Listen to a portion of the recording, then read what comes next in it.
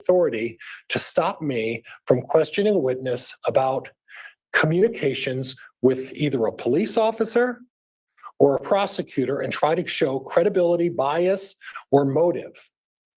And it's not an analysis of what you're looking at in terms of the content of those messages. And there's no authority that I'm aware of other than 90201 that gives them the right to dictate how I engage in cross-examination. Finally, Judge, I've made a representation to the court and I'm standing by that representation. I do not intend on calling Mr. Wood.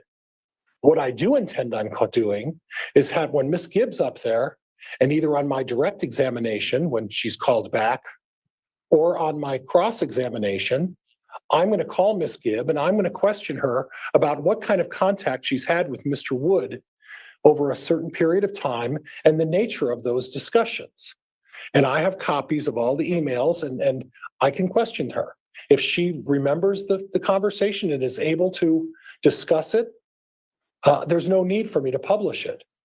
But if she can't remember it, Judge, I have every right to refresh her recollection with copies of those emails.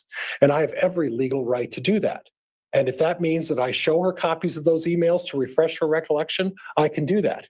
That doesn't mean I need to call Mr. Wood. All I'm asking her to do is to recall a discussion she had with him about the case and the subject of those emails or excuse me, I keep saying that, text messages between him and Ms. Gibb. And that's totally permissible. There is no limitation, nor is there any definition on what I can use to refresh a witness's recollection. I have free rein to use any information I feel fit to put it in front of a witness and say, will this help you refresh your recollection about testimony? And that's exactly what I intend to do. All right. I will note, Mr. Pryor, on the issue of whether or not you intend to call Mr. Wood, we just before trial had a hearing where the court quashed a subpoena that was served on Mr. Wood. So I certainly understand the state's concern about a tactic, if it is, from the defense to call a prosecutor in the case. We've been through that since these previous cases, the 2755 and 838 cases dealt with that extensively in written rulings. It's been going on for several years now, the same issue, and the court's ruled multiple times going through that analysis and again cited in the state's brief about and I do agree with the way the state has framed the issue, looking at the State versus Aguilar case, 135 Idaho 894, that it is very disfavored for a prosecutor to be called. And in those rare circumstances where they are an actual observing fact witness, or perhaps the only other witness that could corroborate some testimony or something, besides that, they have to show in order for a prosecutor to be called that the testimony would be vital to the case and the inability to present the same facts from another source. So again, with the subpoena being served just before trial, I'm not surprised the state still has that concern. And I will indicate, without additional need for argument from the state on the invited error doctrine, I would agree with that as well, that if that were a strategy here to not have the issue come to the forefront before trial started and then attempt to do that unless it somehow met that very narrow structure that is laid out in the case law, I don't see that happening here. However, I do want to hear some additional argument back from the state on the issue of the Exhibit 113, the communications, and whether or not Mr. Pryor should appropriately be allowed to use that as a way to question the credibility of the witness or potentially impeach if there's contradictions in what the witness may say versus what could be contained in 113. Thank you, Your Honor. And I guess to be clear, the state is not in any way trying to stop the defendant from being able, or the defense from being able, to conduct appropriate cross-examination. I guess I disagree a little bit. I think the court does have the ultimate discretion over the allowance of cross-examination in compliance with the rules of evidence to make sure people stay within the bounds. What the state has concerns about was any attempt by defense to misconstrue the content or attempt to create a situation where the defense then argues, well, we have to put prosecutor Wood on the stand, and especially without conducting any kind of a hearing in advance. The state does appreciate the comments made by the defense that there is no intent to call Mr. Wood as a witness. I guess it still makes the state a little bit nervous because, as the courts pointed out, we've litigated this issue multiple times. The state also recognizes that sometimes trial strategies change. And if at any point that does, the state still doesn't want to end up in that position. Because I guess while defense says we're just going to question her and maybe show her the messages, it still creates a concern for the state that then later the defense is going to say, given her answers, given something, we now think we have to call Prosecutor Wood. So while I appreciate the representations made by defense counsel, I think that is still the concern surrounding these messages. The state does not disagree that so long as the defense counsel sets the proper foundation, he would be able to absolutely use these messages if he were trying to introduce them. I guess I should be clear on the proper foundation. I don't disagree. I don't think the state disagrees at all that cross-examination can include asking about meeting with the state, meeting with investigators. That would all be fair game. The concern would be an attempt to misconstrue the statements. And that was why the state was asking the court to potentially review them in camera to make any ruling regarding those messages or conduct a taint hearing if necessary. I think the court was very clear with defense counsel that if there was going to be an attempt to call Prosecutor Wood, a taint hearing would be required. I guess the state is not still completely assured that this would not still result in that attempt to essentially circumvent the court's prior orders. So that's the concern with the state. Okay, thank you, Ms. Blake. Mr. Pryor, Ms. Blake was still talking, so I'm sure that didn't come on the record. What did you say? If I could respond briefly, Judge. You may. Thank you, Your Honor. Judge, I've already assured the court, and I'm not going to violate the court's order about Mr. Wood. And frankly, the state can say if certain things happen, but the reality is this court can make rulings on relevance issues as it relates to certain things. But when we're talking about credibility, Idaho Code 9201 allows me the leeway to go forward and impeach a witness or ask a witness about communications with a prosecuting attorney. And it's perfectly permissible. Just because Ms. Gibb may say something different than what a text message is, I can show her, refresh her recollection, and that's as far as it goes. And I understand that. I understand the limitation that's put on impeachment and refreshing someone's recollection. It doesn't open the door, and the state's using this opportunity to say, well, Judge, in the past, you've stopped Mr. Pryor from having him talk about his many conversations with the other witnesses. But in this situation, it's a different story. Ms. Gibb is the witness in this case. Her testimony is crucial to the state even trying to prove their case. And the reality is that I'm allowed to talk about communications with Mr. Wood and Miss Wood, Mr. Wood and Miss Gibb to the tune of 340 text messages over a little more than a 6-month period. So I am allowed to go into that, and I'm going to go into content if that content. So the suggestion is that there should be a taint hearing. They are completely off base. And what they're trying to do is they're trying to, strap a motion that has previously been ruled on and say, Judge, there still may be some threat here. We really better go through this long process and have you evaluate things. And I'm going to object if that's where we're going. I'm allowed to go into the credibility, bias, and motives behind any witness. And I'm allowed to question them about anything that may go to bias, motive, and in that regard.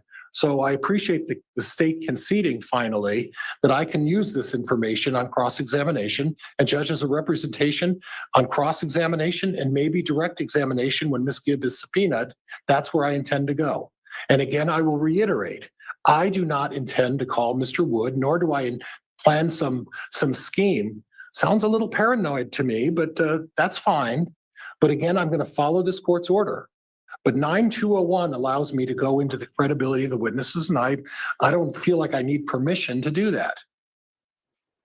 All right. The matter's been argued. I am ready to make a ruling on it. So I am going to put the ruling on the record. I'll just have an order entered that will say for the reasons stated, because I don't expect either side to draft out in an express order the analysis I'll go through here.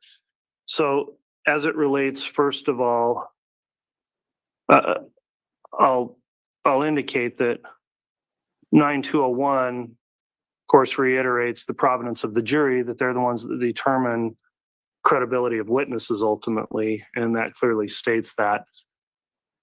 The matter of evidentiary ruling and relevance is always, though, for the court to determine what evidence comes in or what does not come in based on objections or proffers during the trial. And the court always has to consider Idaho Rule of Evidence 401, which is whether or not evidence is relevant, and 403, which is potentially, even though there is some relevance, evidence can be excluded if the evidence is unfairly prejudicial more than probative.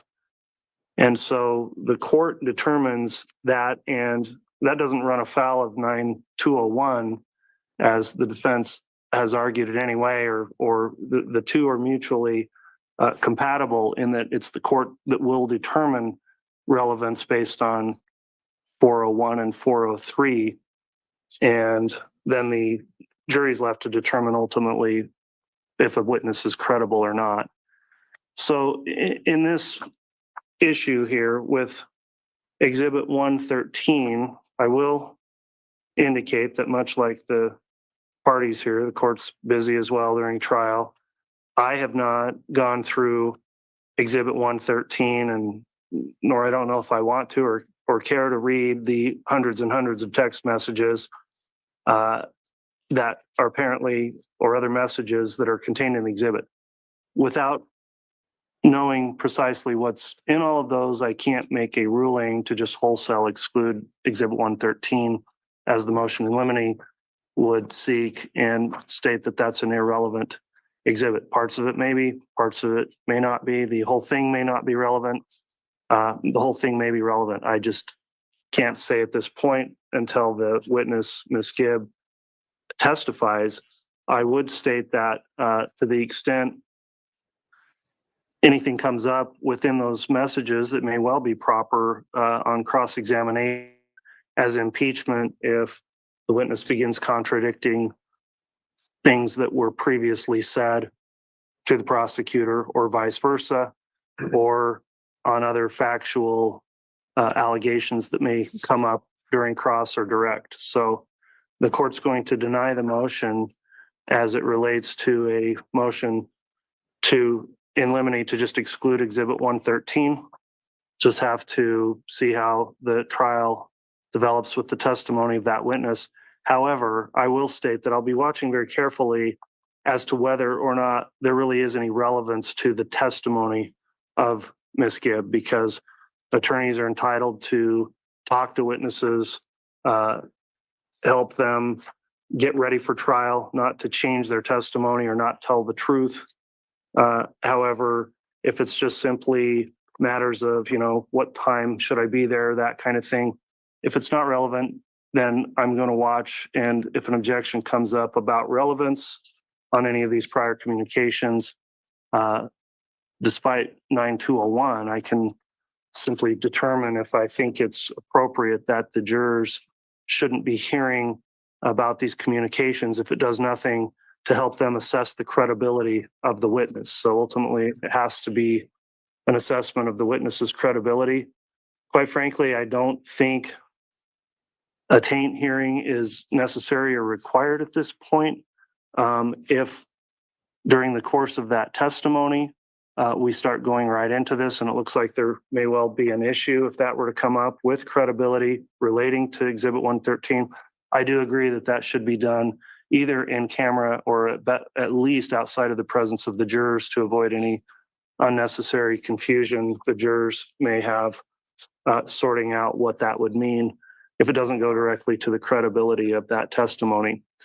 As it relates to Mr. Wood potentially being called as a witness, there's been a representation to the court today. That's not what the defense intends to do. This court's previously ruled that that was not going to happen. I still don't intend to have that happen. I can't say that could never happen because anything is possible. Particularly, it seems in this case. I'm not going to predict what may or may not come out, but I don't see much of a path forward given how strict the analysis is to permit that. So absent some really surprising or extenuating development, Mr. Wood's not going to be called as a witness and would not be permitted to under the controlling law. And finally, on that invited error doctrine, again, as I mentioned, to the extent this would be some sort of invited error, I would watch for any objection to stave that off if we started getting into an issue that could potentially bring a motion for a mistrial.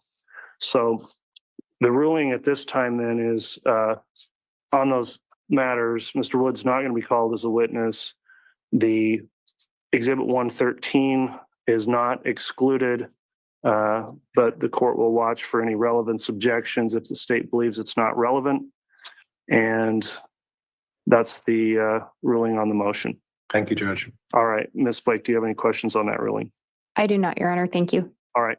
And counsel, one final thing, as I mentioned, if it becomes necessary for either an in-camera review or just argument outside the presence of the jury, please try and flag that, or I will sua sponte before a bell gets rung in front of the jurors they shouldn't be hearing. So that will conclude then the ruling on the motion. At this time, if we are ready, we'll have the jurors brought back in to continue testimony. Yes, sir.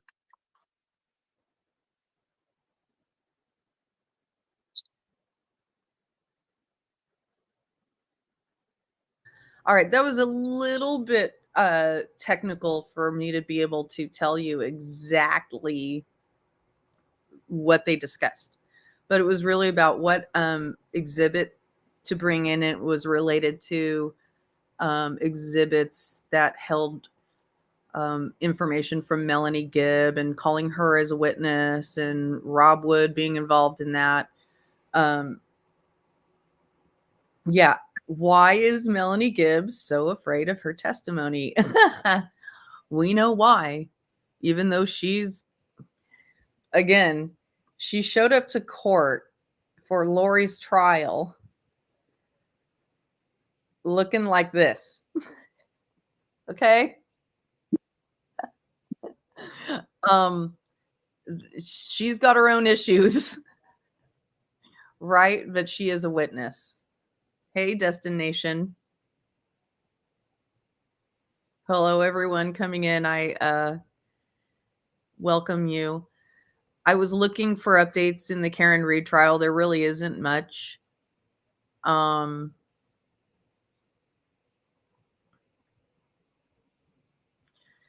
Yeah, exactly, Chopper. Go touch grass, troll.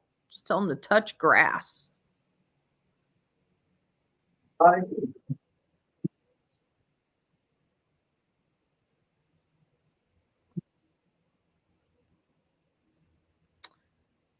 All right, let's not completely focus in on the judge here. Huh. There we go.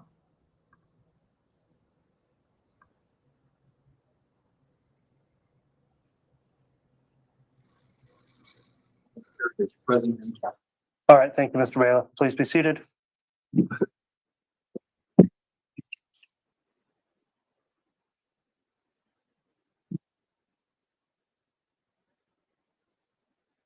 All right, we are on the record on case CR 22-21-1623. The jury has returned, is all properly seated. Thank you for your patience while we went through a couple of matters outside your presence today. It would be the intent of the court then to go straight through till our time to end today at 3:30. Everybody on the jury okay with that plan? Okay, if anybody for whatever reason does need some break, just notify the bailiff. Otherwise, we'll intend to go through the afternoon. Wouldn't it be funny if one Ms. of the Blake, jurors was like, I no, believe you're still on don't direct stop examination with 3:30. Detective Duncan, is that correct? Yes, Your Honor, that is correct. All right, if you'd like to recall the witness, then we'll have them brought in. The state would call Detective Duncan. I'm really interested in hearing Pryor's cross-examination of this particular witness because they just went through all the correspondence between, you know, all the stuff related to Charles Vallow, you know, his correspondence to Tammy Daybell, you know. All right, Detective Sounding Duncan has returned to the stand. Let me just inquire. I'm not singling you out, by the way. I do this with every witness when I remember. But over this break, did you discuss your testimony with anyone else or anybody else's testimony? Okay, thank you for confirming that. Ms. Blake, if you'd like to inquire, I'll remind the witness you're still under oath and you may question. Thank you. Detective Duncan, before the break, we had just heard 2 calls that were linked to the same mortuary call. Do you recall those? I do, yes. And you recovered those as part of the investigation? Yes, And I believe you indicated the FBI had actually requested you collect those calls. correct. And prior to today, had you heard those? I have, yes. Have you heard Chad Daybell's voice? I have. Were you able to recognize the voice on that call? Yes, I was. And who was that? Chad Daybell. And during the call, did you hear him use any other name than Chad Daybell? I heard him use a different spelling of the last name, yes. And in that call, do you recall him saying where he was hoping to send the remains to once they were cremated? I do. And where was that? Louisiana, Do you know where Charles Vallow's place of birth was? Louisiana. Do you know if he still had family living there? Yes, he did. Did you also hear Chad give a location for himself where he was currently located in that call? He indicated that he was in Iowa. Through your investigation, did you ever find anything indicating Chad was in Iowa? Did not.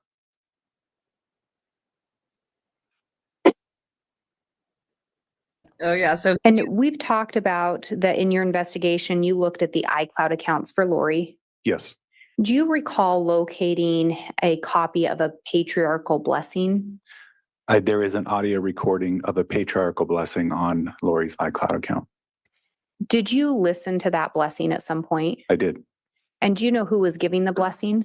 Chad Daybell, Do you know who he was giving the blessing to? Alex Cox. Are you familiar with what faith the patriarchal blessings are attached to? I am. And what faith is that? With the Church of Jesus Christ of Latter-day Saints.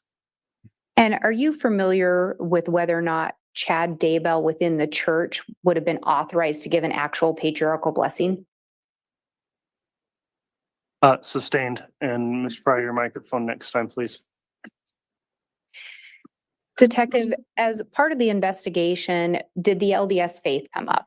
Yes, Did you review some things in relation to that faith? I did. And do you have some basic knowledge regarding the LDS church? Yes, I do. Do you know what a patriarchal blessing is? I do. Do you know who's authorized to give those within the LDS faith? The stake president is authorized to give those. Do you know what if Chad held the calling of a stake president at the time the blessing was given? My understanding, he did not. So he would not have been authorized within the LDS faith to give that blessing. Correct. I think it actually would correct myself. Like it's a stake patriarch that gives that blessing, not president, but a patriarch. So it's a specific calling someone has within the LDS faith to be able to give those blessings to another person. Yes, it is. And Chad did not hold that calling. My understanding, he did not. And Your Honor, the iCloud accounts have been admitted into evidence. The state has what's been marked as State's Exhibit 50, which is the reference to recording, where those iCloud accounts are already in evidence by stipulation. The state would move for the admission of State's Exhibit 50. No objection, Judge. Okay, Exhibit 50 is entered and counsel, again, to be clear with those accounts, et cetera, as each individual item comes into evidence, as you just did, Ms. Blake, continue to please reference those specifically so the record remains clear. Thank you, Your Honor. The state would ask for permission to publish State's Exhibit 50. You may publish.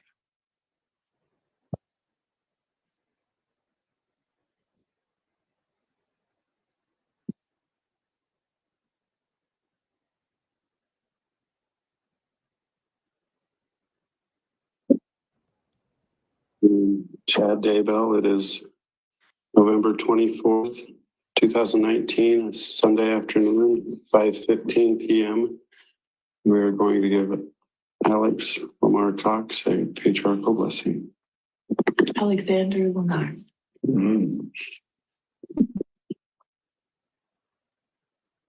Alexander Lamar Cox. On this special day, I lay my hands upon your head to give you a patriarchal blessing. As part of the member of the Church of the Firstborn that you have earned the privilege to be a member of. I do so by the power of the Melchizedek priesthood which I hold, and in the name of Jesus Christ, our Savior, who has authorized this blessing. It is grateful that you are receiving it as you move forward in your life. You are a member of the House of Israel, of the 12 tribes, and you are a descendant of Joseph through the tribe of Ephraim, which grants you many blessings, particularly of spreading the gospel in these latter days and protecting and preserving those who seek to learn the truth. And that has been your mission on this earth, and it will now expand into ways that we will discuss further in the blessing. I want to begin by opening up the portals of time and going back to your previous creations in which you've lived. I see you on the third creation as a valiant warrior fighting for truth and righteousness, always seeking to do what is right. Then you progressed and were selected by the Savior himself to be part of the fourth creation. Great warriors were needed in that creation. Powerful goddesses were needed to be protected, and you were selected to help protect your sister. And you helped her in numerous probations as a defender. You have a special bond even from the premortal world. You connected there. And as she grew in power, you were right there beside her, always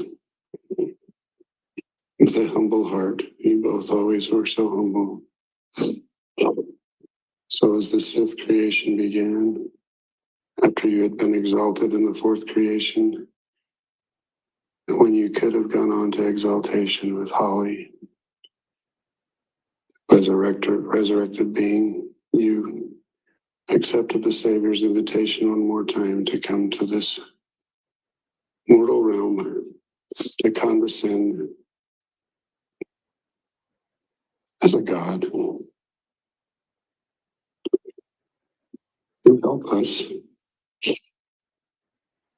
You have already assisted us in ways that can never be repaid. And you will continue to do so as you move forward in this life. You were born into a family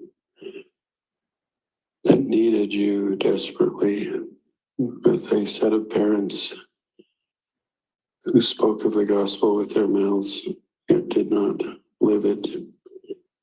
And once again, you were reunited with a sister who needed you to survive such an environment.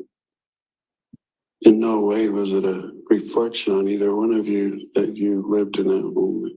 You were put there to help each other persevere. But the lessons you had to learn in your youth have now made you both strong, powerful servants of the Lord that would not have occurred in a traditional LDS home. You had to go to great depths to achieve tremendous heights. And the fruits of those trials are beginning to be demonstrated. You were granted to be a member of the Church of Jesus Christ of Latter-day Saints, and that was a strength to you. You learned about your Savior and grew closer to Him, and rekindled in some ways the connections you've always had with Him. And through adulthood, you have refined yourself. And I just want you to know that at this time, the Savior is saying unto me, well done. Thy soul is cleansed. All is well. And now you'll begin into your terrestrial phase of this existence, that you'll be a powerful servant. I bless you with that knowledge that you'll now move forward as a true warrior in ways that can be demonstrated through not only physical action, but through spiritual power that is coming to you, will be bestowed upon you. I bless you with the knowledge that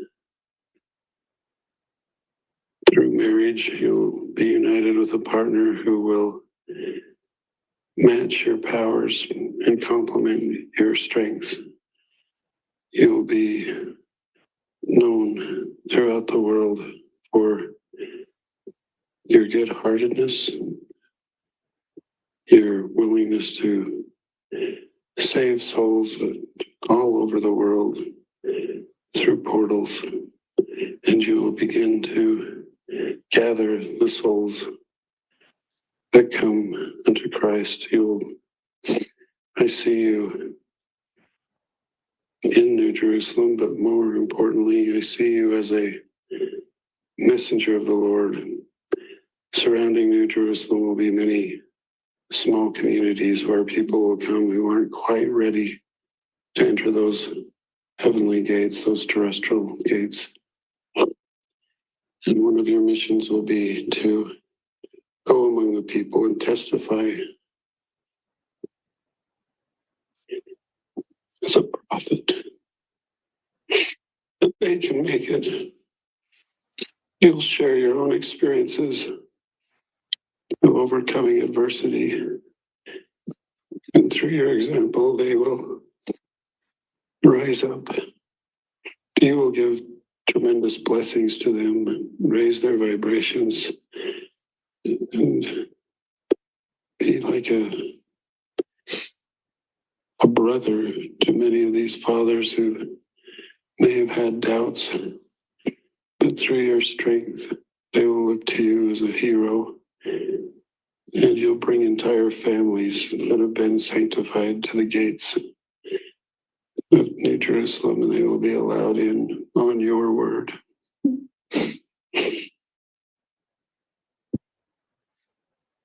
Will be just one of the many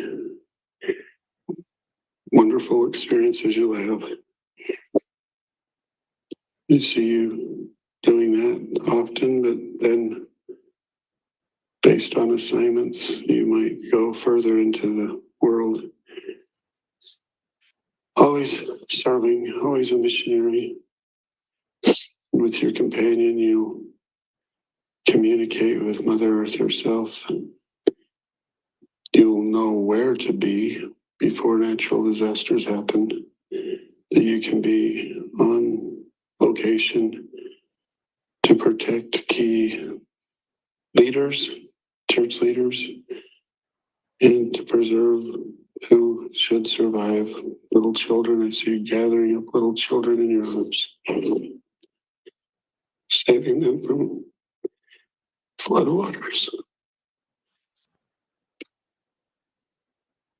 Just having like a collage of moments that await you in this life, rescuing the pure and innocent, leading them to safety.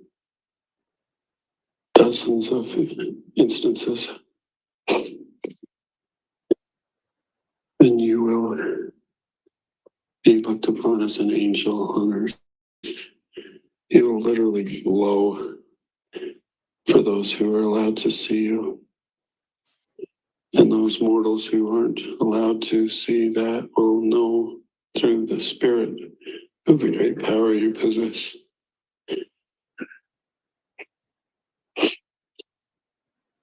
Proper time, after many years of service in such ways, as the second coming approaches, you will know when it's time to move to the other side. This body that has served you well will lay down one day, and you'll pass. Your spirit will leave this body, and you'll be greeted wholeheartedly and welcomed by the Savior himself. You will already know him, but that reunion will take place on a greater plane. But the spirit, you'll feel at that time, the vibration will exceed all. Before the second coming even occurs, the Savior will let that body rest there too. Much like himself, you will be raised and be resurrected, so that when the Savior does return, you will be right at the front of that amazing team of angels who will sweep the earth. Much like described in the renewed earth, you will be there. It will bring you great joy to help Mother Earth transfer to a terrestrial realm, to burn away the celestial refuse. At that time, you and Holly will still have assignments here temporarily, but then you'll move forward. She's already preparing a world for you two, and you will be able to be an eternal family with eternal children on that earth. And the glory will just continue for you out, on and on through eternity. So I bless you at this time with strength, power, and dominion over the callings you'll receive, and that you are part of a very special team of people that are moving towards translation and transfiguration, and that the Lord will be with you at all times.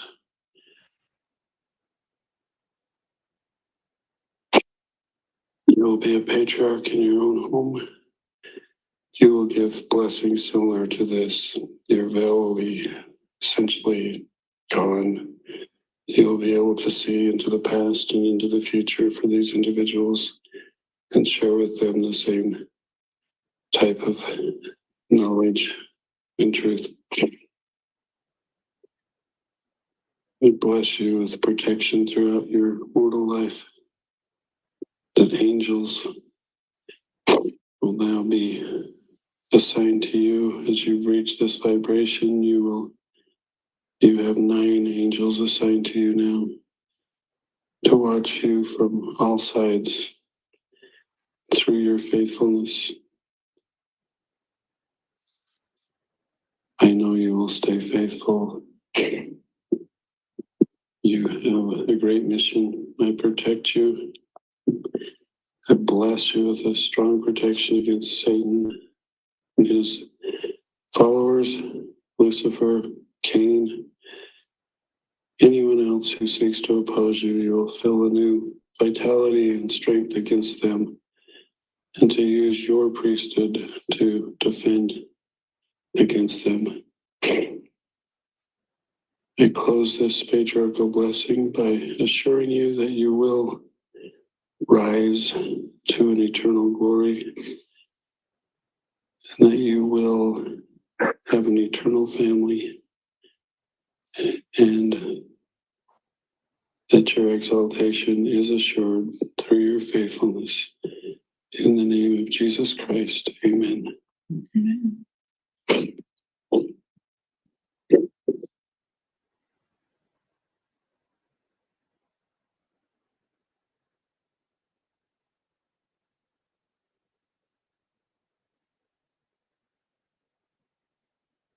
And Your Honor, I have State's Exhibit 50 ready to submit.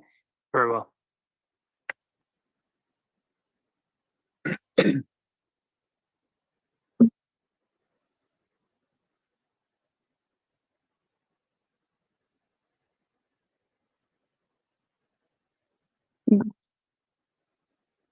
Detective Duncan, when you listened to that, could you hear a female also?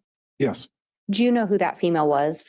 Judge, I'm going to object without some proper foundation. Sustain. Based on your investigation, did you ever hear the voices of any other individuals involved in this case? Yes, I did. Did you ever hear the voice of Lori Vallow? Yes, I did.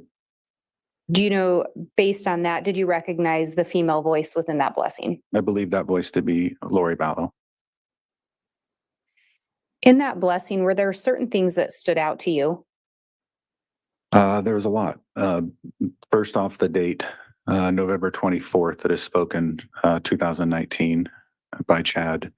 And the other thing that stood out was at the beginning, mentions that Alex is part of the Church of the Firstborn. That stood out to me. And then second, and the third, is in there talking about how he had already helped us more than they can repay him. And breaking that down a little bit, with regard to the Church of the Firstborn, is that affiliated with the LDS faith to the best of your knowledge? Judge, I'm going to object unless there's some foundation. Sustain. And Your Honor, if I may respond, Go ahead. I'm happy to lay more foundation, but I think I've already asked this officer previously on a similar objection if he looked into the LDS faith and is familiar with some of the terms used. So I think we have laid foundation for purposes of the investigation. Judge, that's a pretty broad statement. Well, if you'll re-ask the question, I thought you were talking about a different church. So go ahead. Through the investigation, and are you familiar with whether or not the Church of the Firstborn is affiliated with the LDS Church? It's my understanding that the two are not affiliated. Is that why it caught your attention? Yes. Then you talked about a statement in there that the statement was made, already assisted us in ways that can never be repaid. Correct. And again, Chad was giving the blessing, Correct. and it's your belief Lori was also present for the blessing. Yes. And then circling back, you said one of the other things that stood out to you was the date, November 24th of 2019. Yes. Do you know if Alex Cox is still alive? Alex Cox is still alive during that time. Yes. And do you know when he passed away? December of 2019. So just shortly after this. Yes. In the blessing, did you also hear reference made, you will know when it's time to move to the other side? I did. And that's Chad telling that to Alex. Correct. On November 24th of 2019, were Tylee and JJ missing? Yes, they were. And on November 24th of 2019, was Charles Vallow dead? Yes. And on November 24th of 2019, was Tammy Daybell dead? Yes. I have no further questions, Your Honor. All right. Thank you, Ms. Blake. And it is right. All Mr. right, Pryor, here we go. you'd like Pryor. to cross-examination?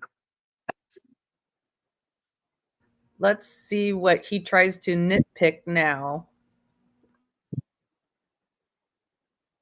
Back on. Thank you. Okay. Ooh, we could have almost heard what Chad said right there because the microphone is really amped up. The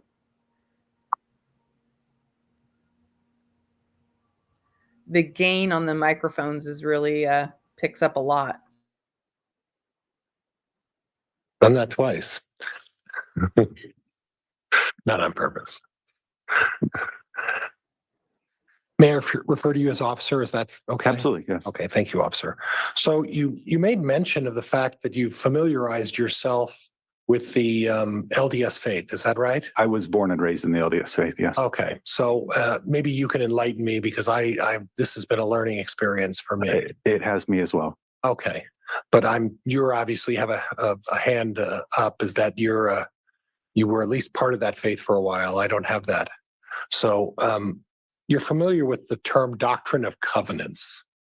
Yes. Okay, and in the doctrine of covenants, it talks about the Church of the Firstborn as part of the LDS faith. You remember that? Well, I can't speak to the doctrine of covenants. I know what the Okay. doctrine of covenants are, but Well, you spoke to the doctrine of covenants, though. I know what they are, yes. Well, But I don't understand All the right, content. We're already having an issue with you talking at the same time as Mr. Pryor and vice versa. So please question and answer and don't talk over each other. And Your Honor, I'm going to object as beyond the scope. Overruled at this point. Ms. Blake talked to you about the Church of the First, and you said that it wasn't part of the LDS faith. Is that right? My understanding that the two were separate is what I said. Okay, but the doctrine of the covenants talks about the Church of the Firstborn as part of the LDS faith. So where did you get your information from? Basically, I had talked to other investigators that were part of the LDS Church, and we had heard through this investigation earlier the mention of the Church of the Firstborn, Okay. not understanding what. So you really don't know whether it's part of the LDS faith or not, the doctrine of covenants, even though the doctrine of covenants discusses Church of the Firstborn being part of it, right? Yeah. So like I said, other than I don't, based on my knowledge, yes. Now, and I'm going to go off topic a little bit, but some of the other stuff that I saw, Zaluma Pastena is talking about light and dark. Correct. And light and dark is part of the LDS faith too, right? I have no idea. Okay. Well, you said you familiarized yourself with it. Did you familiarize yourself with light and dark? Not totally, no. What about death and death percentages and things like that? Is that part of the LDS faith? I've never heard of that. Okay, but you don't know whether it is or not, right? Correct. Okay. And then we heard about some vibrations. I heard the word vibrations a couple of times. Are you familiar with that term within the LDS faith about vibrations? I am not. What about being possessed by spirits and praying for their removal from your body? Have you heard about that? I have not. Okay.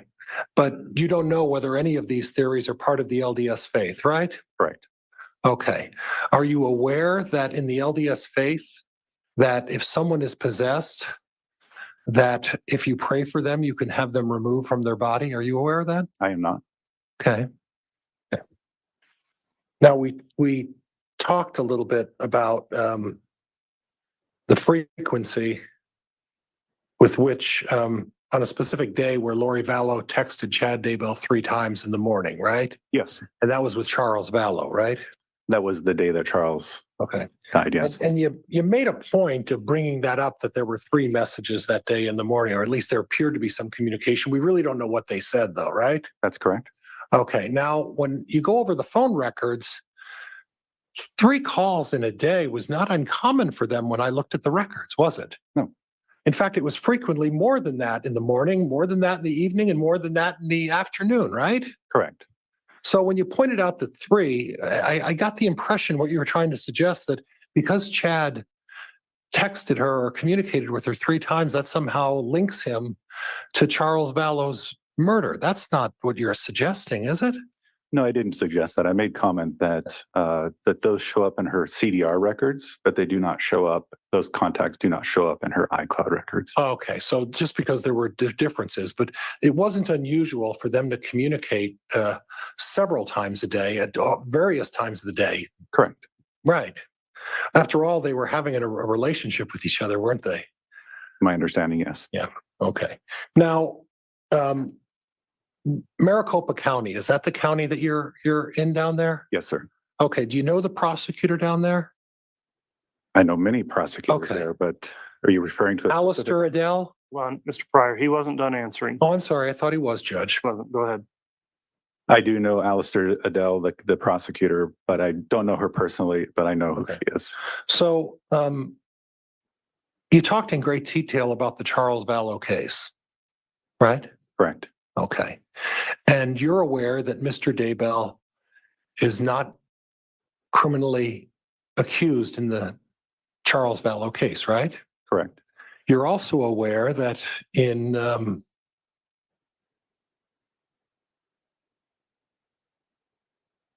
June 29th of 2021, the prosecuting attorney issued a statement in regards to his intent regarding Chad Daybell and the Charles Vallow case, right? Yes. Okay, and that was published on it was actually put on the web, wasn't it? I'm not sure where it was, but Okay. I know we received something as part of our case file. Right, and you're aware of what this prosecutor, after reviewing all of the information, made a determination, right? Correct. Your Honor, I'm going to object. The defense counsel's clearly headed into hearsay. Well, it's already asked and answered without a timely objection, so overruled. So did you happen to review what the prosecuting attorney's ruling was in regards to Chad Daybell and the death of Charles Vallow? I am not privy to the ruling or the Okay. basically the discussion of why a decision is made, other than Okay. the decision has been made. But obviously, and I'm doing it again, and I'll slow down, Judge, I'm sorry. A lot in my head, and I'm trying to get it out to talk to you. That's because there's different functions. Your function is to investigate a situation, correct? Yes. Gather evidence, Yes. make a determination through the interview of witnesses, Correct. and then at the conclusion of your investigation, you're to submit that information to a prosecuting attorney. Yes. The prosecuting attorney is not to get involved typically in helping you interview witnesses, right? I don't agree 100% with that, because on all of our homicides, we do have an attorney that responds to our scenes and Okay. is aware of the circumstances surrounding it, because that attorney would have to speak at a hearing later on. Okay. So they need to know about the case. Would they be participating in the interview of the witnesses? No. That's unusual, isn't it? Yes. Okay. Okay. And it's unusual to encourage or tell witnesses what they should say and not say. Would that be fair as well? For the attorney to tell witnesses? Yeah, how to testify, what to testify to? Yeah. That's unusual as well, isn't it? Well,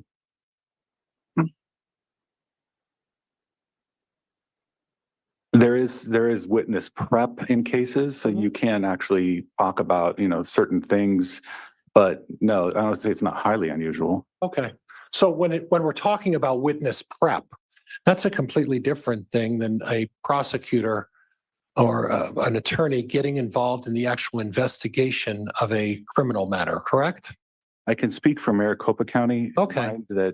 That they would be present during the investigation, and they might have a suggestion or two, but they would stay out of it. Right. Okay. So is there anything that would refresh your recollection in terms of what the prosecuting attorney's ruling was on June 29th of 2021 regarding Chad Daybell? There is what's called a disposition sheet on my report that would show that, yes. And Judge, could I approach, you don't remember exactly the wording the prosecutor used, do you? I don't remember the exact verbiage, no. Okay, Judge, could I, I'm going to object to hearsay here. The answer is going to call for hearsay. Right. I'd like to, in camera, just on a sidebar, review the exhibit proposed.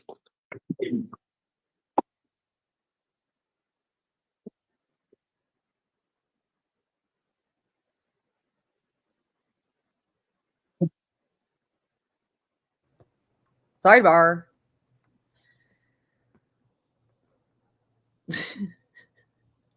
I object. Sidebar.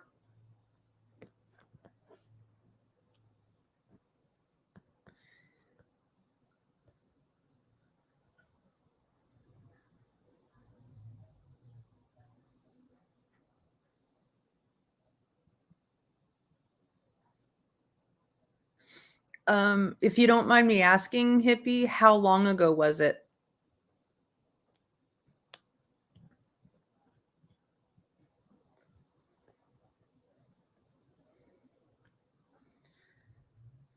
Yeah.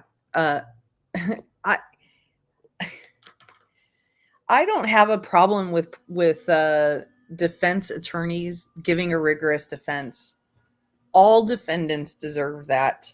Yes, Hippie, your son. How long ago was it?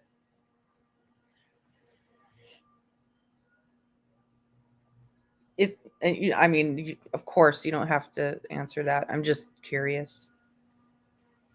Um, 5 years. That's fairly fresh. It's pretty fresh. And I think for Sola, it was just a All couple. right, Mr. Pryor, you can continue. I'm Now, so very officer, sorry. as part of the disposition and a determination by a prosecuting attorney, and this is after the police officers have done their investigation, and the case is then put together and submitted to a prosecuting attorney. Are you following me? Yes. Okay, at that point, a prosecuting attorney makes a determination after they review all the evidence independently and make a determination as to whether or not they're going to proceed with charges against a particular defendant. Would that be fair? That's fair. And then in Maricopa County, how is that accomplished? So we submit our charges to Maricopa County, the courts, and then they review the case, and then they send us back their decision. So it's, like I said, it's in the disposition form.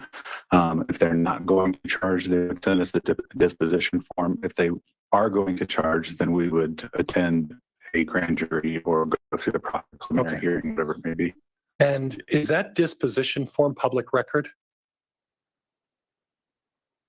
I believe so. Okay. And do you recall whether or not the disposition record that was filed in regards to Mr. Daybell and his, even any potential involvement with Charles Vallow, was that public record? If it is in the report, then that would be public record, yes. Okay. And is that published anywhere that you're aware of?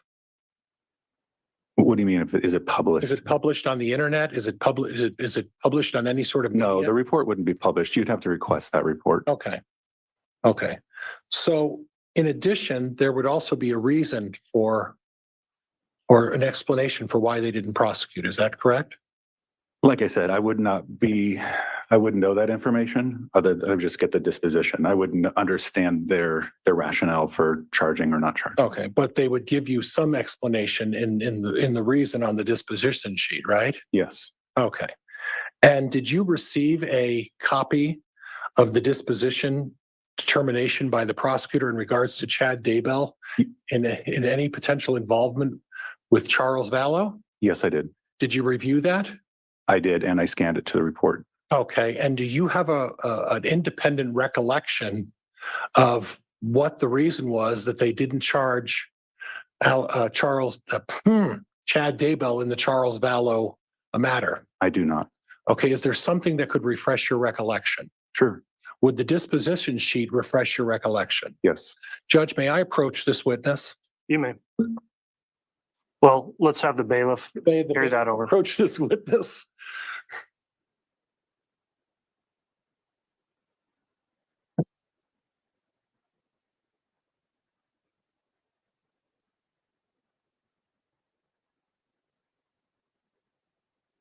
And let me know when you're done reviewing.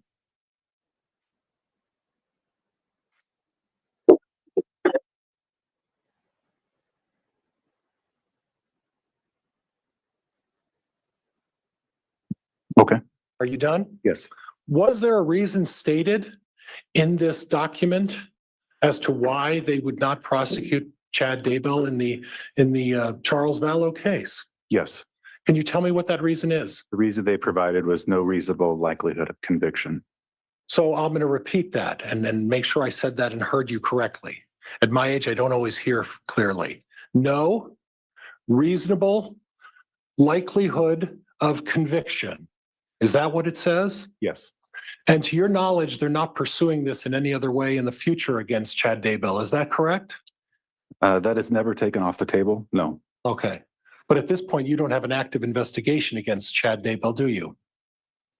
There are records that I would like to look at that other agencies have, but like I said, there's no statute of limitations on Right. the side. So Well, yeah, there's I could never a always. statute. I'm sorry. Yeah, I could always look at additional records, and if additional evidence came forward, then it could be charged. But based on the evidence that you presented and the evidence you presented today, that was all provided to the prosecuting attorney, right? And this is based on evidence as of 2021, yes. Right. So it's all, they have all the current evidence, right? I'm not sure if they have other jurisdictions' evidence. Okay. They clearly have ours. Okay. Well, other jurisdictions' evidence, they have evidence relating to the killing by Alex Cox and Lori Vallow of Charles Vallow, right? Yes, And at this point, according to this prosecutor, and that's what, 3 years ago? There's no reasonable likelihood of conviction of Chad Daybell in that matter, correct? correct. Okay. And I could have that back, Mr. Bailiff.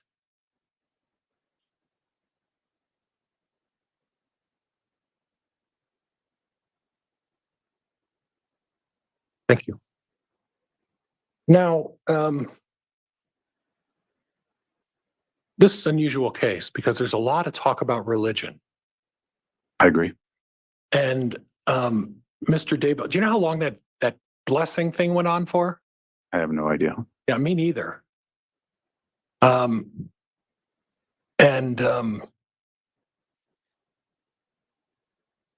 Was it written? Was he reading off of something? I wasn't there, so I You couldn't didn't, tell you you. didn't hear pages on the video of him turning pages or anything? Didn't. I thought I heard some pages turning. I heard a garage door open. Okay, I didn't hear that. Yes. Well, all right. Well, you got better ears than I do. We talked about that before. You know what Chad Daybell did for a living, right? I know he was an author. I don't know other than Wrote that, books. this, yeah. And as I was listening to that, it sounded like someone was writing a book. Would you agree with that? Objection, Your Honor. I'm going to ask that the narrative be stricken. I think counsel can ask questions, but there's narrative being added. I asked a Well, question. that, I'm gonna make a ruling, Mr. Pryor. So on the last question, I'll overrule that, but to the extent it does become more narrative, Ms. Blake, you can object again. Now, you know the name's Melanie Gibb. Yes, Did you ever interview her? I did. Okay. And David Warwick. I know the name, but I never interviewed him. And I could represent you that she was dating Melanie Gibb, eventually married Melanie Gibb. So That sounds does that about- recall? sounds about right. Refresher? Okay. And then Zaluma Pastenes. Yes, Okay. All of these folks, members of the LDS faith. it's my understanding, yes. Okay. And all of them have made numerous references to some, at least what I would consider unusual beliefs. True. Talking about, as members of the LDS faith, they talk about vibrations. We've heard that, right? Correct. They talk about probationary periods. I've heard that term, yes. Right. And that deals with what you did in your life before in that particular faith, what your role was in life before, right? If you say so, Well, I'm asking you because I if don't. you don't know about I that? don't know. Okay. And then there's some references to God and goddesses. You've heard about that, right? I have heard that, yes. Okay. And in the reference to God and goddesses, are you aware that in the LDS faith that as you move forward, you become a god and a goddess in their faith? I'm not, no. Okay. And are you aware that in the LDS faith that when you their God lives on a planet and then angels are brought down to communicate with us? I'm not familiar with that, no. Not familiar. How long were you involved in that faith? Until I was 18.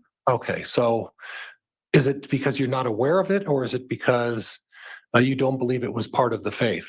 No, I chose to practice a different religion. Okay. So you're not aware. You're just telling me you don't know whether it's true or not. Correct. Okay. Thank you.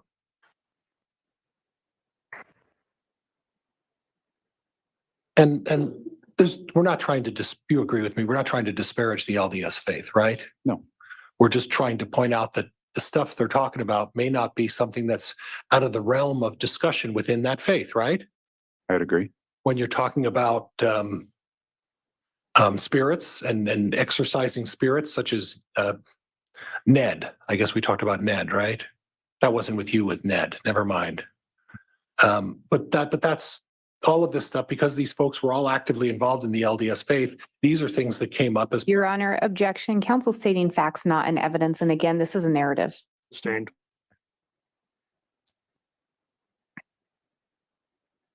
now, you investigated this case, and there was a time when J.J. Vallow was exclusively with Charles Vallow and Lori Vallow wasn't involved. Do you have any recollection of when that took place? I'm not sure the time frame on that, but I know that JJ was with Charles in Texas. Yes. Right. And at that time, Lori Vallow, and it's in this time period, right? I'm not sure. I wouldn't be able to speak to the exact time period. Okay. So Do you know where Lori Vallow was living at that time during that 2 or 3 month period? I don't recall. Okay. All right. You don't have any recollection of that. Correct. Okay.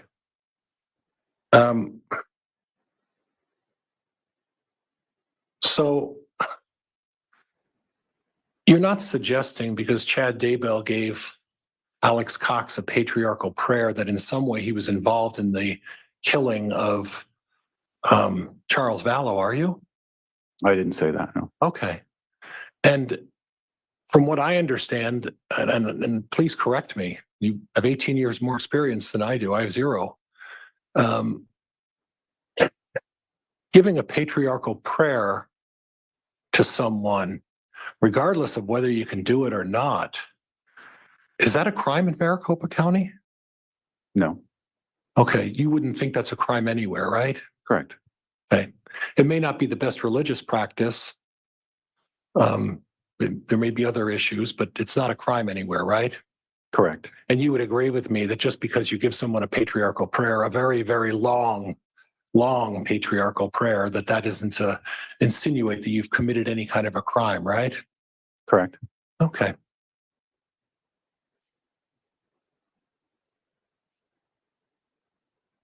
You knew Zalim? I'll wait. Go ahead. You're fine. Go ahead. I wish I had one.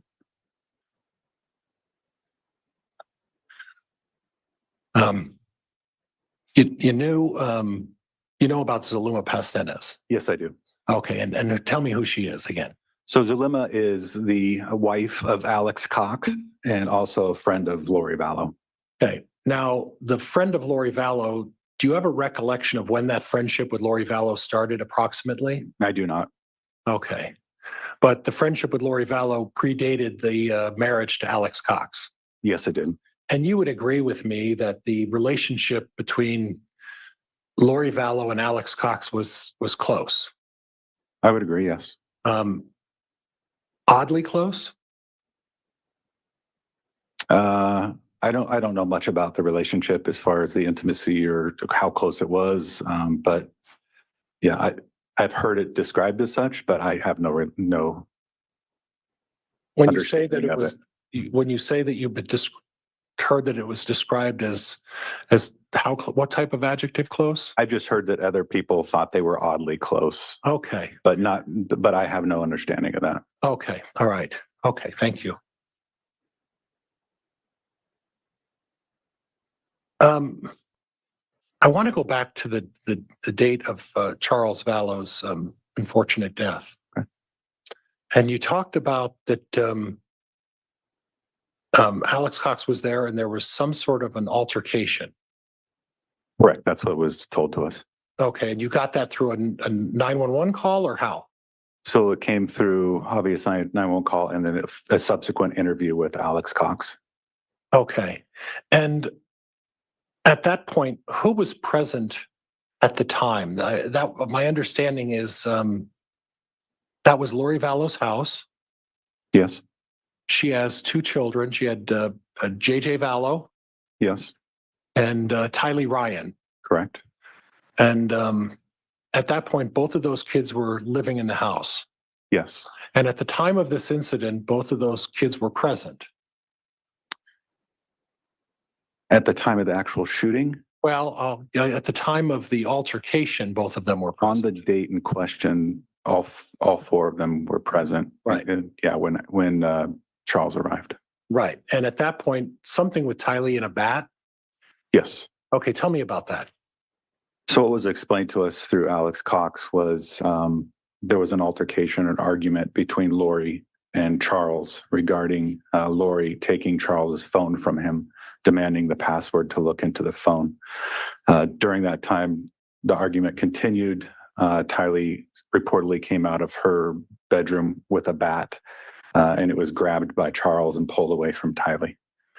It was that bat that Alex claimed that he was hit in the head with during this altercation. And then during this time, Lori had left the house with Tylee and JJ. So Lori left the house with Tylee and JJ and she was outside or something like that, right? That's my understanding, yes. Right.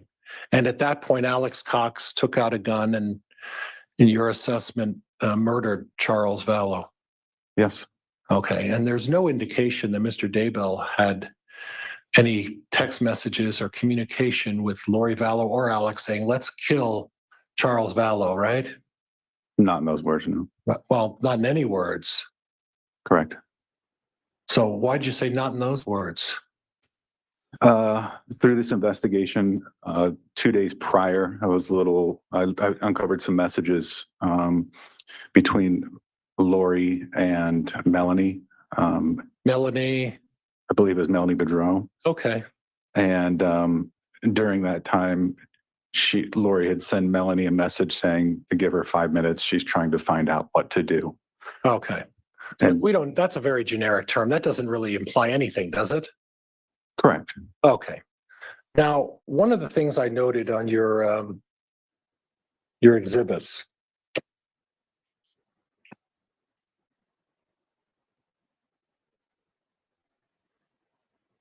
you talked about, and this was on the Lori for Styles on the second page of your exhibit. It was, Could you reference which exhibit, please, Mr. Pryor? Judge, I don't have the number. It was the Lori for Styles. Well, maybe I do have the number. Might be 49. I think so, Judge. Could we hand that?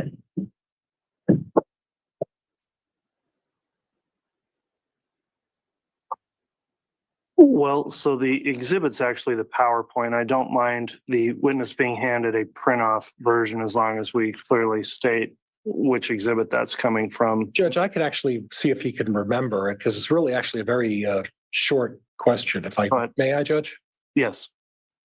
So there was some discussion where you read off the exhibit, and this was in the Lori for Styles, where you said, it's not Ned, it's a new one.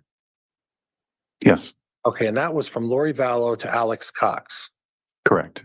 So when I hear it's not Ned, and your suggestion is that Ned was someone who has possessed Charles Vallow's body, is that right? Yes, And what I read from that is it's a new one that's possessing Charles Vallow's body now. Would that be a fair assessment? yes, that would be a fair assessment. And is it a fair assessment to suggest that when you're trying to extricate a spirit in the LDS faith from someone's body, you pray and that's how you get rid of a spirit? And once again, you're talking out of my expertise. Okay, that's okay. And I appreciate your honesty. Then there was some discussion from Nicole Earl to Lori Vallow. And Lori Vallow talked about, at least for yes, she awoke in the night coughing, threw up, collapsed, and passed away. And she said, oh my gosh, I did not hear that I'm in Hawaii at 6 a.m. So Lori Vallow on that day of 10/19/2019 at least expressed shock at the death of Tammy, right? Yes. Okay. And then subsequent to that, she's talking to some Melanie, and that's Melanie Gibb. Correct. And they had a discussion, and Lori again is acting like she's surprised. That would have been later in the day, yes. Right. And then there were other numerous references where you talked about the fact that Lori Vallow may not have been completely honest about things. In what way? Well, is it your impression that she was manipulating some of these people? I don't know if I'd use the word manipulation. Okay. Okay. All right. Now I want to get to the the phone call to the funeral home. Yes. Okay. Now, at that point, when was that again? I'm sorry. I'm not sure the date on that. No. Okay. Oh, actually, I am. Sorry. That is the evening of Charles Vallow's death. Okay. And at that point, Lori Vallow and Chad Daybell were having an affair, Yes. and they were involved in a relationship. Correct. And Chad Daybell, that's not something you want someone to find out about. Would you agree? I would agree. Yeah. I mean, if you're involved and have a wife and then you're making phone calls. But when he first called, he used his real name, right? Yes. He said Chad Daybell. Yes. And then as it's going on, he maybe told some untruths, right? Correct. So if he tells people his real name when he's trying to cover up an affair, it's not the smartest thing to do to suddenly say other things when you've already told him who you are, right? I'd agree. Okay. All right. And that doesn't mean that he was involved in any way in the death of Charles Vallow, does it? That phone call alone would not indicate No, that's what they talked about. No likelihood of prosecution because he made a phone call to a funeral home about that, right? I don't think that no likelihood in prosecution was directly related to the phone call. Okay. It was directed actually to all of the evidence in whole up until the 21st of this year is what it was. It involved, didn't it? Correct. Okay. Now,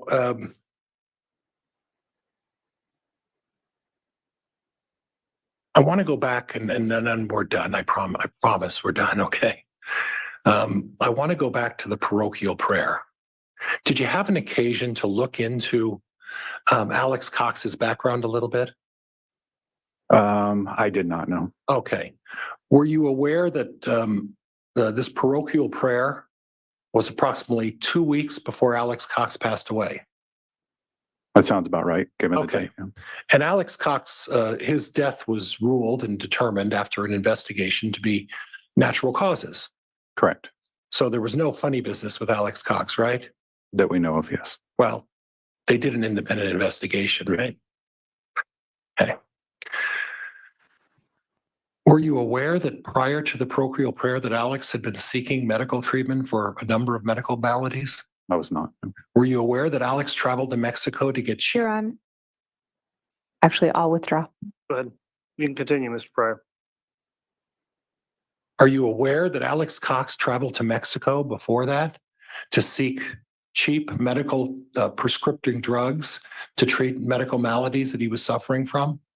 I am aware of that, yes. Okay. And you were aware that because of Alex Cox's illness, that Chad Daybell, at the request of Lori Vallow, gave Alex Cox a parochial prayer?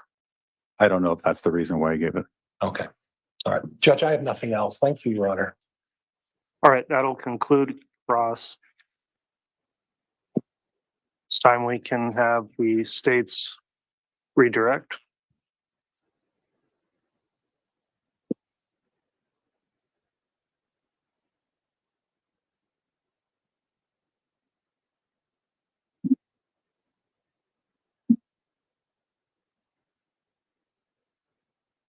Detective Duncan, were you personally involved in anything to do as far as an investigation or responding to Alex Cox's death? I was not. And you indicated you were aware that he'd gone to Mexico. I was aware that he went to Mexico. That's all that I knew. So you don't know what he purchased I down don't there? know. I know he purchased some medication, but I don't know what. So you don't know what medication he purchased or what he took? No, I do not. Did he die shortly after the trip to Mexico? I'm not sure I don't know the exact date he went down and then relative to his death. But you also don't know what he purchased. Correct. And he'd received that blessing, and counsel had indicated, just a couple weeks before his death. Is that correct? So November 24th was that blessing date. And so if you were told he died December 12th, does that sound right? That does, yes. So on November 24th, Chad talks to him about crossing over, about his time here being done. Yes, And then December 12th, he's deceased. correct. With your When you're doing a homicide investigation, is the focal point the day of the actual killing? Yes, So in this case, is it fair to say that you really focused in on July 11th? correct. And then ultimately, did you look at times before and after July 11th as part of your investigation? Yes, I did. And to be clear, I guess for the jury's benefit as well, July 11th of 2019. That is correct. So you were asked about these messages that were deleted from between Chad and Lori. Yes, Is that why you included those and focused in on them? absolutely. And the content was missing, Correct. but they were in fact sent in close proximity to the time Charles was killed. Yes, And I think counsel had asked you, or you had started to answer a question from counsel about some messages between Lori and Melanie around the time of that July 11th date. Counsel cut you off. yes. Could you finish what you were saying there? Yes, as I indicated that on the 9th of July, there was some conversation or a text message that Lori sent to Melanie to give her 5 minutes that she was trying to figure out what to do. At that time, she was talking to Chad Daybell on the phone. You were also asked about a couple of assessments that you made. And one of them, counsel asked, was it your assessment that Alex murdered Charles? Yes, In your assessment, did he act alone? I don't think he did, no. You were asked a lot about what the prosecutor recommended in relation to Chad Daybell and Charles killing. Yes, Was something submitted to them to review in relation to Chad Daybell? yes, And you were also asked if the text messages alone made you think Chad Daybell was involved. correct, And you were asked if the blessing alone made you think he was involved. correct. And you were asked, I think, about some other things to say, and I think your response was not alone, Correct. that alone didn't. Counsel asked about your assessment. In your assessment, did you recommend charges for Chad Daybell? I did. I have no further questions. All right, thank you, Ms. Blake. Any Judge, requests? Recross? If you may, yes. Your Honor, I would object to recross. I don't think I went outside the scope. Oh, he went in. If we're outside on recross, raise an objection, otherwise I'll permit it.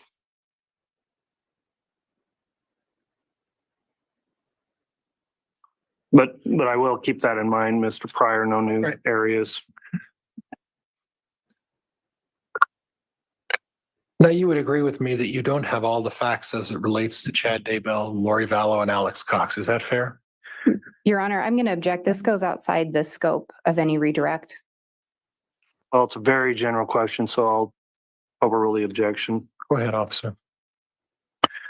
The data in this case from every person as indicated is it's voluminous. So I am sure that somewhere in there something might have been missed. And so I can't say that I have gone through everything in regards to Chad Daybell that I would like to. Okay. But you've made a determination that you think that Mr. Daybell is guilty, right? I said based on the information that I obtained and the totality of the circumstances, I recommended charges be filed. Yeah, that doesn't mean he's guilty of anything, right? Correct. Okay. And the prosecuting attorneys whose job is to apply the facts that you give him to what the law says made a determination otherwise, correct? Objection, Your Honor. This was asked and answered, and it's definitely outside the scope of redirect. Sustained. Nothing else. Thank you.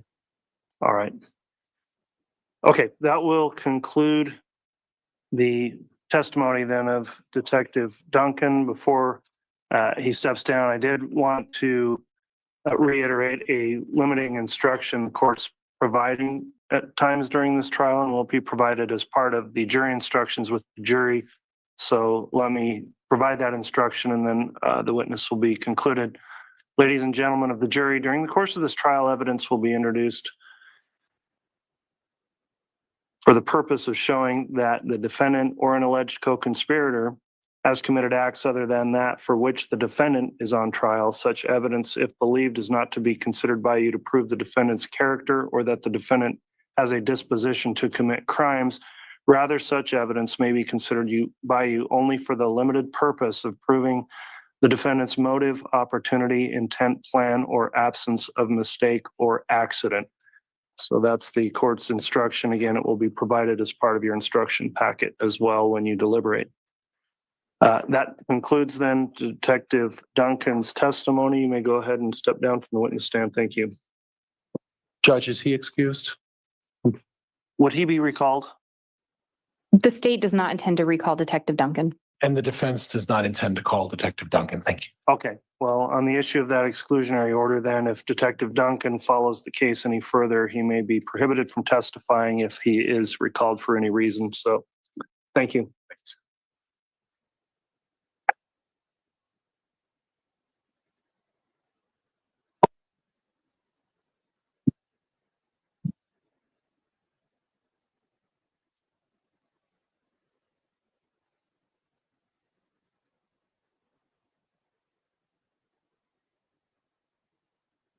All right, counsel, I wanted to continue on to 3:30 if we could today. Does the state have another witness they'd like to start with, or do you want to discuss scheduling? Your Honor, the state would call Mark Sorry. All right, well, let's go ahead and get another witness going. And again, we'll conclude today at 3:30. The judge really wants to make sure people know we're closing at 3:30. There must be something important to him. I think by and large, this judge is really fair, but sometimes I think he does let prior get by on some things.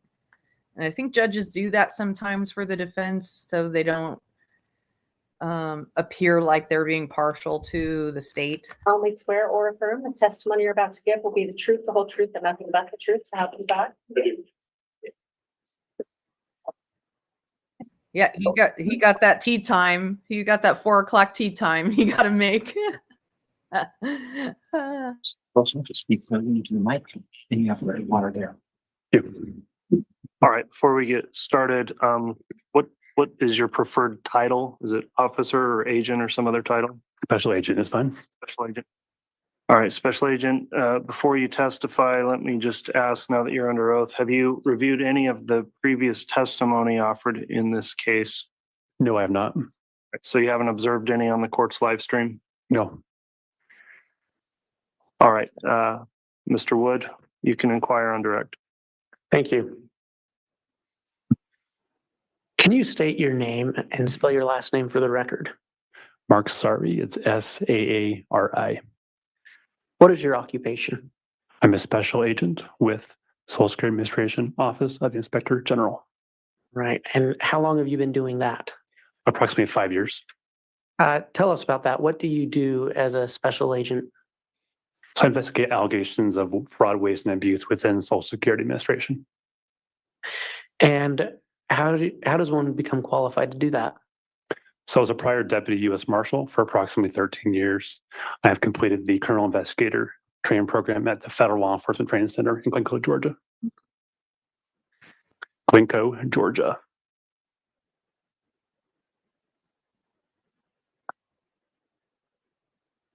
How did you become involved in the investigation regarding Tylee Ryan and J.J. Vallow? So in or about January of 2020, the FBI out of Phoenix, Arizona contacted our office and to locate the whereabouts of JJ as well as Tylee Ryan. So you were referred to it by the FBI? Correct. And I'm sorry, when did you say that was? In or about January of 2020. What was the purpose of your investigation? To determine if the whereabouts of the children were to be located as well as if there was any kind of Social Security fraud involved. What did you do in furtherance of your investigation? So I met with local law enforcement, met with the FBI, as well as had several subpoenas issued as well. I want to talk to you about Tylee Ryan. Did Tylee Ryan receive Social Security benefits? She did. Why did she receive Social Security benefits? She received survivor benefits based upon her father, Joe Ryan, who died on April 3rd, 2018, And how much did she receive a month? approximately $18.59 per month. Where she was a minor child, was there a guardian or someone who represented her in those payments? Yes, Is there a name for that individual? Lori Bello. And is there a specific, is it fair to call her a representative payee? Correct. As part of your investigation, did you look into what bank accounts Tylee Ryan received these Social Security benefits? Yes, I did. Do you know what bank account she received those benefits in? It was to a JP Morgan Chase account. And do you know if, where she was a minor, was her mother also on that account? I believe she was, yes. Did the bank account she received payments into ever change? Yes, What did it change to? to a BBVA account. And do you know when that happened? On or about August 20th of 2019. Would there have been a notice regarding that change mailed to the representative payee or Tylee? Yes, And through your would that have been an automatically generated notice? yes, correct. And in your investigation, have you uncovered such a document? I have. Your Honor, I'd ask that the witness be handed State's Exhibit 114A. Yes. And you can save a trip. He's already had provided me a copy and I'm no objection, Judge. All right, I'll quickly look. And Your Honor, I just realized I did not provide courtesy copies to the court earlier as well. Okay, and I'll just take a look at it as well. All right, Exhibit 114A has been offered without objection. It is admitted.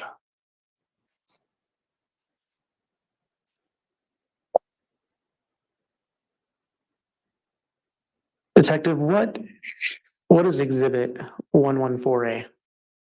This is a notice sent by the Social Security Administration to Lori Val on behalf of Tylee Ryan on August 27th, 2019, notifying of the bank change that happened. And does it state the change, or I'm sorry, did you say what date it was sent? The letter was sent on August 27th, 2019. All right. And this just establishes that that bank account changed. Correct.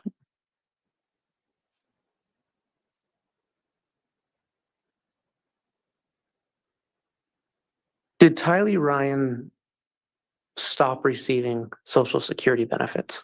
She did. When was the stop date? In or about January of 2020. And do you know why, through your investigation, those payments stopped? Due to her whereabouts being unknown, our agency turned off the benefits. And are you aware of a last known sighting of Tylee Ryan? Judge, I'm gonna object. It's calling for him to make a determination based on hearsay. The way that question's worded, I'll sustain that. I'll retract the question. Thank you. I want to talk to you really quickly about JJ Vallow. Pursuant to your investigation, did JJ Vallow receive Social Security benefits? Yes. Why did JJ Vallow start receiving Social Security benefits? Due to his father, Charles Vallow, dying on July 11th of 2019. And do you know how much he received? $19.51 per month. And do you know when those payments began? It's in September 18th, I believe, of 2019. Did he also have a representative payee? He did. Who was his representative payee? Lori Vallow. Okay, so the same as Tylee's. Correct. Do you know when JJ Vallow, or did JJ Vallow's payments stop? They did. Why did they stop? Due to his whereabouts being unknown. And now I want to ask you a couple questions about Lori Vallow. Did Lori Vallow receive Social Security benefits pursuant to your investigation? Yes, she did. What kind of benefits did she receive? It was called Mother, Child, and Care. So essentially, she was married to JJ's father at the time of his death. So received a benefit for taking care of JJ during that time period. So she received payments tied to Charles Vallow's death as well, Correct. essentially for being the mother to a minor child who was receiving payments. Yes, correct. And do you know when those payments started? It would have been the same day as JJ, so on or about September 18, 2019, And do you know what her monthly payment was? approximately $19.51 per month. Did the monthly amount she received ever change? It did. Do you know why? In January 2020, I believe there was a small U.S. Treasury reclamation, or money was taken away from the account based on her a debt she owed, I believe, to the U.S. Treasury. And did her payments ever end? They did, Why did they end? due to JJ's whereabouts being unknown.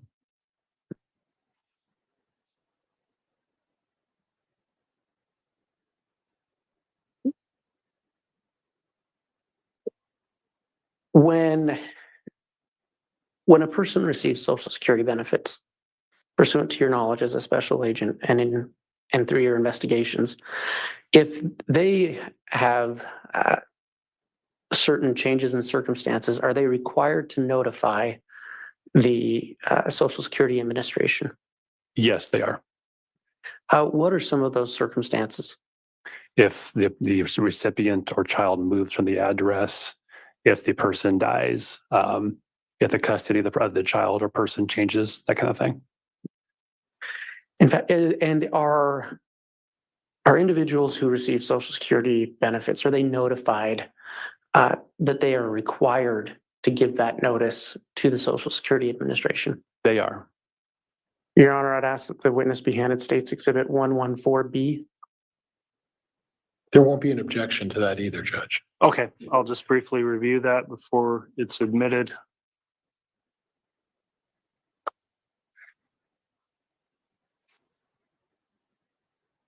And here you are hearing about the motive. This was the motive. Every time someone dies in Lori's life, she gets more money. She thought she was going to get much more money from Charles dying, but at least she Exhibit didn't get the death benefit. 114B is admitted. Thank you, and may I publish that to the jury? You may.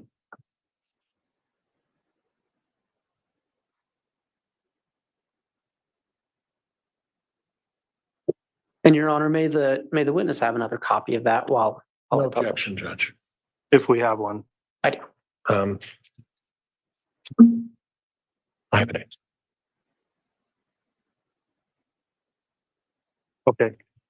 So, and to be, I don't know if it matters, Mr. Wood, but what should be published is the exhibit, not the copy. Right. What I have is the exhibit that will be published. Okay, and then I will allow the copy to be provided for reference to the witness.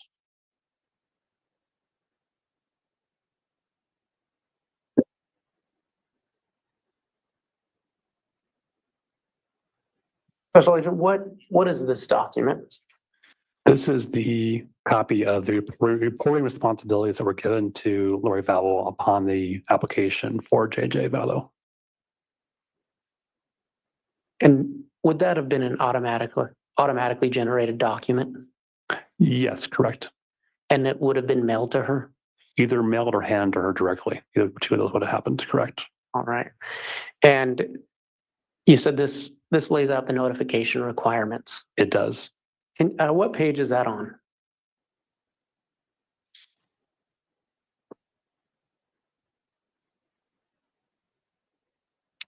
Page 1, I believe. It starts there. Page 5 of this document, but yes. And so what are, again, you stated before, but what are some of the requirements that require notification for a change in circumstance? On here, and notes any beneficiary dies or becomes unable to handle benefits. That would be one item on this document. And if a beneficiary moves, are they required to notice notify the Social Security Administration of that change? They are. And you stated earlier, if one of the child beneficiary dies, they're required to report that. Yes, correct. If a person such as Lori Vallow, who's receiving parent and care payments, if they remarry, are they required to provide that information? They are. Special Agent, pursuant to your investigation, did Lori Vallow ever report to the Social Security Administration that Tylee Ryan died or was missing? No. Did Lori Vallow ever report to the Social Security Administration that JJ Vallow died or was missing? No. Did Lori Vallow ever report that Tylee and JJ had moved from Arizona to Rexburg? No. Did Lori Vallow ever report to the Social Security Administration that she married Chad Daybell on November 5th, 2019? She did not. And did Lori Vallow ever report to the Social Security Administration that she moved to Hawaii in November or December of 2019? She did not. Special Agent, the funds from Social Security, before they're paid out, who do they belong to? They belong to the U.S. Treasury, which is part of the U.S. government. Just one moment, Your Honor.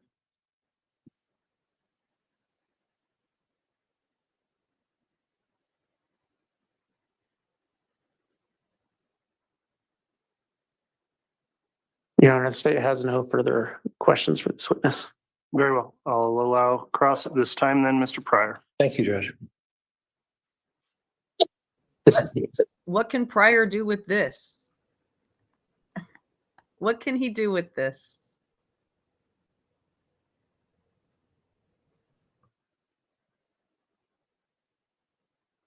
He can say that doesn't mean Chad, since Lori didn't do that report. Good afternoon, Special Agent. Chad did Good it. afternoon. Now, I heard a lot about Lori Vallow. Lori Vallow didn't do this. Lori Vallow didn't do that. Yeah, Lori Vallow didn't there we notify go. of the deaths or moving. Are any of these documents, or is this case involved in any capacity with Chad Daybell? No. Chad Daybell's not on any of the documents. Correct. Chad Daybell is not under any obligation to report that he married anybody in particular, correct? Correct. And Lori Vallow is the one, if she's failing to do any of these acts, Mr. Daybell is not obligated to say anything, correct? Sorry, repeat that question again. Well, Lori married Chad Daybell. At that point, is Mr. Daybell obligated under the Treasury laws to report that to the Treasury Department for Lori Vallow's SSA payments? I think if he were aware there was a violation of what's happening with the reporting responsibilities, it would probably be a problem for him. I would agree with that, actually. Okay. To repeat that, if he was aware that she had responsibility to report that, and that's actually a federal violation, and he was aware that did not support that, I believe that would be a problem, actually, for our agency to investigate. Snap. It could be a problem. It could be correct. Okay. But primarily, the person who's failing to report making those representations is the one who's primarily criminally responsible. Would you agree with that? That's probably accurate, I would say, yes. Yeah. And it would be unusual for a spouse to report on their own spouse that, oh, by the way, they're not, they didn't report about the benefits. It's really the onus is on the person receiving the financial assistance, right? I would say so. And that Onerous? financial assistance was being put into Lori Vallow's independent account, correct? Correct. Okay. Okay. Now, if I'm adding this up correctly, you said Lori Vallow was getting $1,859 a month, commencing when? In or about September 18, 2019. And was that because of a death? What What was the reason for that check? for JJ or for Tylee? for Tylee? That was for her father dying in 2018. Tylee's father dying. Correct. Okay, so Tylee's father died and Lori Vallow. Do you know when did that come in? That check started? For Tylee? Yeah. Her father died in April of 2018, so she applied for benefits after that date. Okay, so he died in April of 2018. Okay, and at that point, she was getting 18, or after she applied, she was starting in September of 2018. She was getting 1859 a month, right? September of 2019, she was receiving 1859 per month. Every year increases based off our COLA, so it would have been a little bit less, I believe, in the previous year to that. Okay. And at the same time, she was also getting this mother-child care as well, right? In regards to For Kylie, Tylee, did she get the mother-child care? not true. No, it would be for JJ. Okay, well, I was just asking whether she did, so Okay. okay. And then JJ started getting the Social Security payments. Is that right? In September of 2019, correct. Okay. As far as Tylee is concerned, the Social Security payments end when? In January of 2020. In January of 2020, the payments would end, right? Is that what you said? Based upon our stopping the benefits for her, correct? Yes. Okay, what about age? When do the benefits end as far as age? If she turned 18, they would have stopped. So if Tylee had turned 18 years of age, they would have stopped automatically anyway, correct? Correct. And at the time of Tylee's death, do you know how old she was? I don't have the exact age for her at that time. I don't. Okay, that's okay. Yeah. That's okay. And then as a result of Charles Vallow's death, JJ started receiving $19.51 a month. Correct. So my math is not great. We're about $3,800 between the two kids just from Social Security benefits. Is that right? That Lori Vallow received? Are you asking per month or what time period? Per month. Per month. I'd have to like add it up, but it'd be 1951 times 2 plus 1859 per month. So I don't have a calculator. in front Oh, of me. I'm sorry. That's right. The child throws another $1,900 in there as well, right?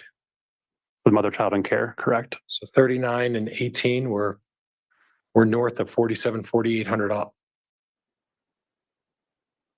$5,800 a month approximately, right? I'd have to add it up, but it sounds right to me. Okay. And that's money that she receives every month. And only because her third husband died, right? Correct. Her fourth husband died, correct? Correct. Okay. And then at some point, those funds would continue until the children would reach 18 years of age. Is that fair? They would, with one caveat. If Okay. we had sent a letter to her address in that time period and the letters were being returned to us, we would have stopped benefits immediately based off of that happening. Okay. So at some point, we would have probably be sending letters to the address in Arizona. We would have stopped benefits based on the letters probably being returned to us. So, But I'm talking in generalities. In generalities, if nothing had changed and everything remained the very same, and it just continued on with until both children reached the age of 18. Potentially, she would be, until Tylee turned 18, you'd be looking at almost $5,800 a month in payments for just the kids to her. Would that be fair? until the children aged out, I believe that'd be correct. Okay, all right, Judge, I have nothing else. Thank you, Judge. All right, thank you, Mr. Pryor. State have any redirect? Your Honor, the state does not have any redirect. All right, is this witness intended to be recalled? Not by the state. Not by the defense, Judge. Thank you. Okay, that'll conclude your testimony. Thank you for appearing. Judge is probably going to let the court go. Can I have a quick Almost counsel 3:30. sidebar, please? He's probably making sure they know he needs to close up at 3:30. I'm kidding.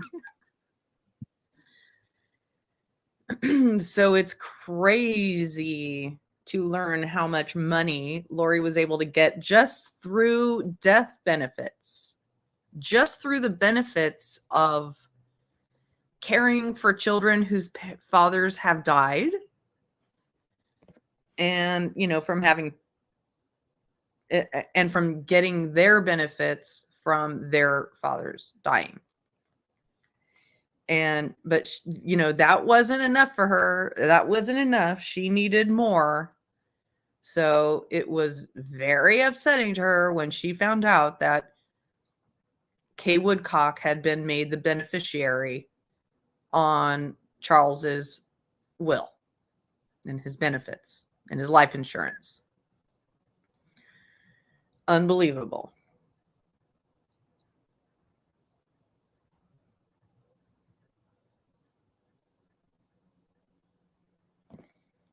Unbelievable.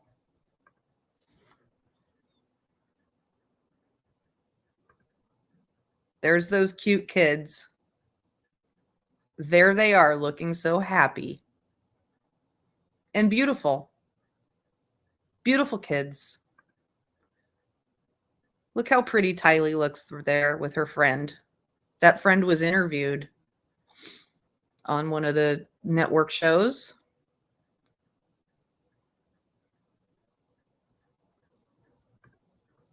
What an adorable face. Look at the happiness in his eyes. He, at that time, was getting some good parenting. All right, thank you, counsel. Given the timing, court suggested maybe we break for the day before starting with the new witness and just breaking that up immediately. So is the state okay to conclude for the day? And if so, who will be taking the stand tomorrow morning? We are good to conclude, and Chuck and Sidus will be starting in the morning. All right, is the defense okay if we stop now? Yes, Judge, thank you. All right, ladies and gentlemen of the jury, then thank you for your attentiveness today. As we break for the day, I will admonish you, please do not do anything to investigate the case, look into the case in any way. If you see it reported somewhere in the media inadvertently, please try to divert your attention from that and don't talk about the case amongst yourselves or with anyone else. You'll only be able to do that once your deliberations commence with each other. So with that in mind, we will go ahead and conclude for the evening. And thank you all in attendance in the courtroom today for abiding by the court's order in relation to courtroom conduct. With that in mind, then we're in recess until tomorrow. We'll start again at 8:30. All right, please. All righty. So starting tomorrow again at 8:30. So until tomorrow, chopper. See you then. Just real quickly, Hippie asking, so Alex must not have had any money to get from his death for Lori. I don't remember anything specifically being mentioned about money to be had. I think that death was more about him being a co-conspirator and a witness to all of them.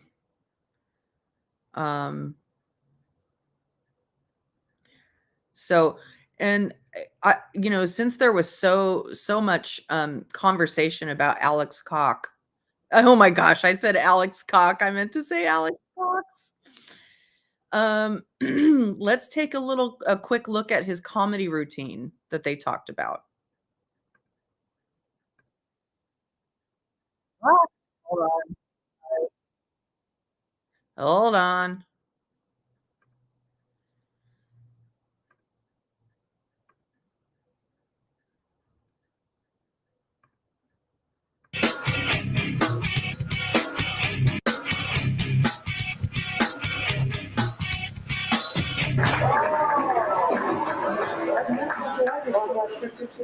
Sangria, how you guys doing? Nice. You guys look good. Make me wish I was straight.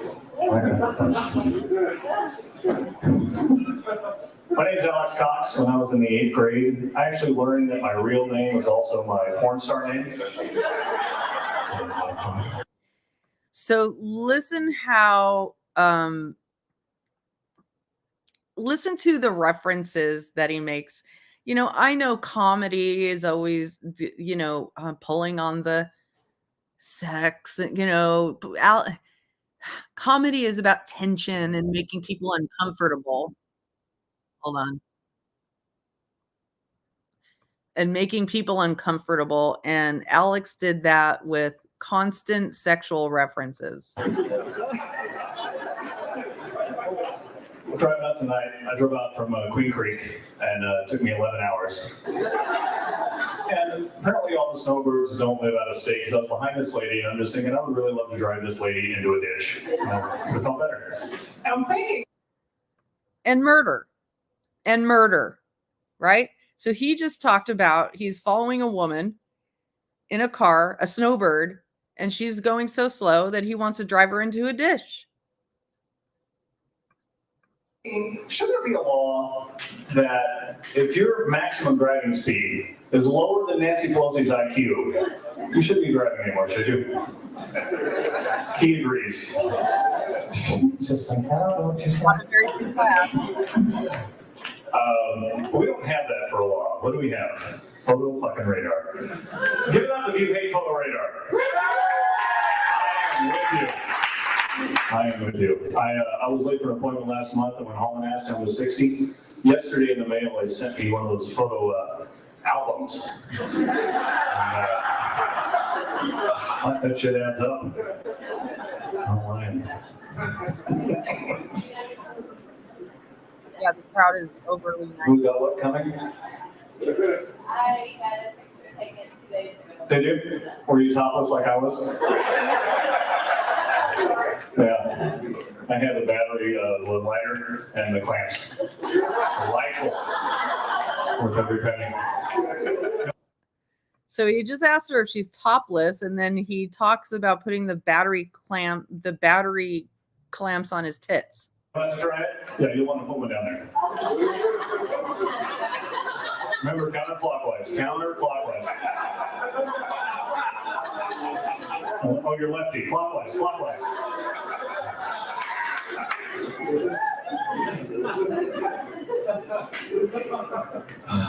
We did stop for gas on the way up here. Stop at I-17 on Camelback. See, the thing is, when people are uncomfortable, they'll laugh even if it's not funny. And I think that's what's happening here. They're just uncomfortable. And is the economy that bad? Some people come trying to sell you shit while you're getting gas. I'm like, no thanks, I'm not looking for a uncovered $20 blowjob, but appreciate it, officer.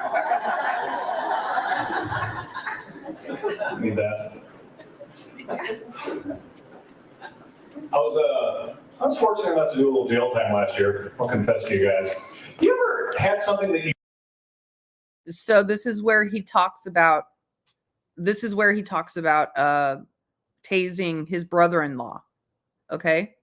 Makes a joke out of tasing his brother-in-law and works that joke into his comedy routine to give his justification for it.